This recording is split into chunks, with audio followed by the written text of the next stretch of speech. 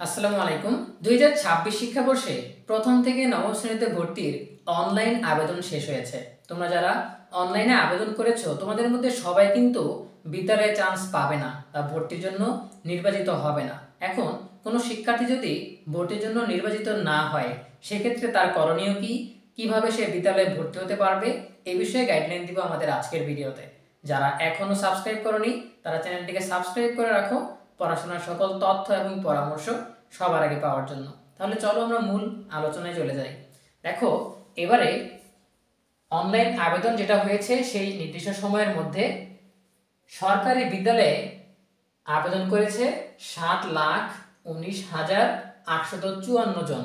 এখন এখানে আসন খালি আছে সারা বাংলাদেশে মিলিয়ে যতগুলো সরকারি বিদ্যালয় আছে সবগুলো মিলিয়ে আসন খালি আছে 1,21,030টি আসন।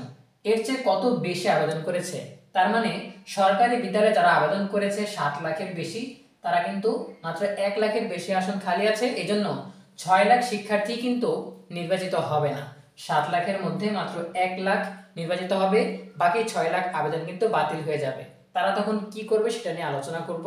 তার আগে বেসরকারি বিদ্যালয়ের ডাটাটা উপস্থাপন করি।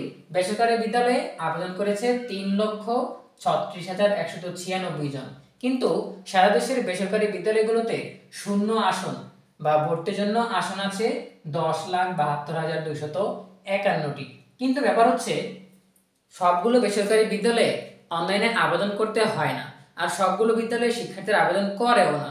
দেশের নামি দামি যেসব স্কুল আছে সেগুলোতেই শিক্ষার্থীরা আবেদন করে। সুতরাং বেসরকারি বিদ্যালয়ে অনেক আসন বেশি খালি আছে আবেদনের তুলনায়ও, কারণ সবগুলো বিদ্যালয়ে ভর্তির জন্য শিক্ষার্থীরা আবেদন করে না। বেশিরভাগ বেসরকারি বিদ্যালয়ে ভর্তির জন্যই শিক্ষার্থীরা আবেদন করে না, আর বেশিরভাগ বেসরকারি বিদ্যালয়গুলো অনলাইন আবেদনের অন্তর্ভুক্তও নয়। ঠিক আছে, কিছু কিছু স্কুলে শুধুমাত্র আবেদন করতে হয় বেসরকারি স্কুলে। আচ্ছা, এখন আমরা চলে আসি মূল আলোচনায় যে যদি নির্বাচিত না হয় সেক্ষেত্রে করণীয় কি। দেখো, তোমার যখন রেজাল্ট দিবে যে তুমি নির্বাচিত হয়েছো কিনা, যে বিদ্যালয়ে তুমি আবেদন করেছো সেখানে বেশিরভাগ শিক্ষার্থী কোনো স্কুল পাবে না, কোনো স্কুলে নির্বাচিত হবে না। সেই ক্ষেত্রে সে কি করবে? সেক্ষেত্রে দুইটা করণীয় আছে। একটা হচ্ছে ওয়েটিং লিস্ট। রেজাল্টের দিন যারা যারা নির্বাচিত হয়নি তাদেরকে একটা ওয়েটিং লিস্টে রাখা হবে। ওয়েটিং লিস্ট ফলো করে তুমি কিন্তু অপেক্ষা করতে পারো যে ওয়েটিং লিস্টে আমার যদি শুরুর দিকে পজিশন থাকে সেক্ষেত্রে আমি অপেক্ষা করব, যখনই সেখানে খালি হবে তখন আমি ভর্তি হতে পারবো। এখন বিষয় হচ্ছে যে ওয়েটিং লিস্ট থেকে কিভাবে বা কখন ভর্তি নেওয়া হয়। ওয়েটিং লিস্ট থেকে ভর্তি নেওয়া হয় যদি যেসব শিক্ষার্থী নির্বাচিত হয়েছে এদের মধ্যে যদি কোনো শিক্ষার্থী ভর্তি না হয় সেক্ষেত্রে সেই শূন্য আসনের জন্য ওয়েটিং লিস্ট থেকে শিক্ষার্থীদের নেওয়া হয়। এখন ওয়েটিং লিস্টে যারা পজিশন প্রথম দ্বিতীয়তে আছে তাদেরকে কিন্তু আগে নেওয়া হবে। তোমার ওয়েটিং লিস্ট যদি অনেক বেশি দেরিতে হয়, ঠিক আছে, ধরো 10-এর উপরে বা তার চেয়েও বেশি, তখন কিন্তু তোমার ওয়েটিং লিস্টের আশায় থেকে কোনো লাভ হবে না। কারণ হয়তো দু একটা আসন খালি থাকবে, সেই দু একটা আসনে হয়তো 1 থেকে 10-এর মধ্যে যারা ওয়েটিং লিস্টের পজিশনে আছে তাদেরকেই নেওয়া হবে। ঠিক আছে, আচ্ছা, সো তোমার ওয়েটিং লিস্ট দেখতে হবে। যদি দেখা যায় যে কাছাকাছি আছে, পজিশন খুবই অল্প, তাহলে অপেক্ষা করা যেতে পারে যে যদি আসন শূন্য হয় বা আসন খালি থাকে সেক্ষেত্রে ওয়েটিং লিস্ট থেকে শিক্ষার্থীদেরকে ভর্তি নেওয়া হবে। আচ্ছা, এরপরে দ্বিতীয় যে ওয়েটা আছে বা দ্বিতীয় যে উপায়টা আছে স্কুলে ভর্তি, সেটা হচ্ছে ম্যানুয়াল অ্যাডমিশন বা অনলাইন আবেদন ছাড়া যেসব বিদ্যালয়ে অ্যাডমিশন নেওয়া যায় বা ভর্তি হওয়া যায় সেসব বিদ্যালয়ে ভর্তি হতে হবে। বেশিরভাগ বেসরকারি বিদ্যালয়ে আমরা একটু আগে বলছিলাম যে বেশিরভাগ বেসরকারি বিদ্যালয়ে কিন্তু অনলাইন আবেদন করতে হয় না। অনেক বিদ্যালয় আছে যেগুলো অনলাইন আবেদনের অন্তর্ভুক্ত নয়, সেসব বিদ্যালয়ে ম্যানুয়ালি ভর্তি হওয়া যায়। ম্যানুয়ালি বিদ্যালয়ে গিয়ে ভর্তি ফর্ম সংগ্রহ করে সেই বিদ্যালয়ে তুমি খুব সহজেই ভর্তি হতে পারবে। ঠিক আছে, সো দুইটা ওয়ে আছে, আমি আরো একবার বলে দিচ্ছি।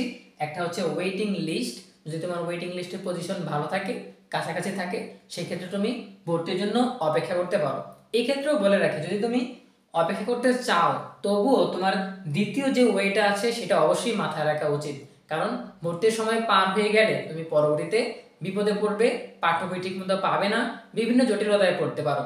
এই জন্য তোমার যদি যেই বিদ্যালয়ে তুমি আবেদন করেছো সরকারি কিংবা বেসরকারি, সেখানে যদি ওয়েটিং লিস্টে তোমার পজিশন খুব কাছাকাছি থাকে, তোমার ভর্তির আশা থাকে, সেই ক্ষেত্রেও তোমার সেকেন্ড ওয়েটা অ্যাপ্লাই করা উচিত। তোমার অন্য একটা স্কুল থেকে ভর্তি ফর্ম নিয়ে আসা উচিত, সেখানে ভর্তির জন্য মেন্টালি প্রিপারেশন নেওয়া উচিত, সেখানে ভর্তির জন্য সব ব্যবস্থা করা উচিত, ঠিক আছে। তারপরে যদি তোমার ওয়েটিং লিস্ট থেকে ডাক আসে, সেক্ষেত্রে তুমি অবশ্যই এই ভর্তিটা ক্যান্সেল করে ওই ভর্তিটায় যেতে পারবে, ঠিক আছে।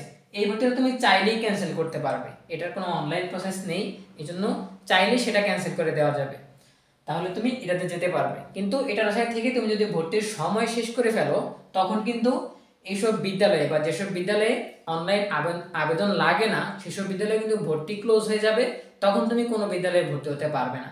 সুতরাং এই বিষয়টাকেও মাথায় রাখতে হবে। সো আশা করি বুঝতে পেরেছো। ওয়েটিং লিস্ট দেখে নিবে, যদি পজিশন কাছাকাছি হয় তাহলে ভর্তির আশা রাখতে পারো, অন্যথায় তুমি ম্যানুয়ালি অ্যাডমিশন, যেসব বিদ্যালয়ে সরাসরি ভর্তির ফর্ম তুলে অনলাইন আবেদন ছাড়াই ভর্তি হওয়া যায়, সেসব বিদ্যালয়ে ভর্তি হতে পারবে।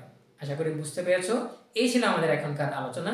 আশা করি আজকের ভিডিও থেকে তোমাদের কিছু হলেও উপকার আসবে, ঠিক আছে। তাহলে দেখা হচ্ছে পরবর্তী আপডেট নিয়ে।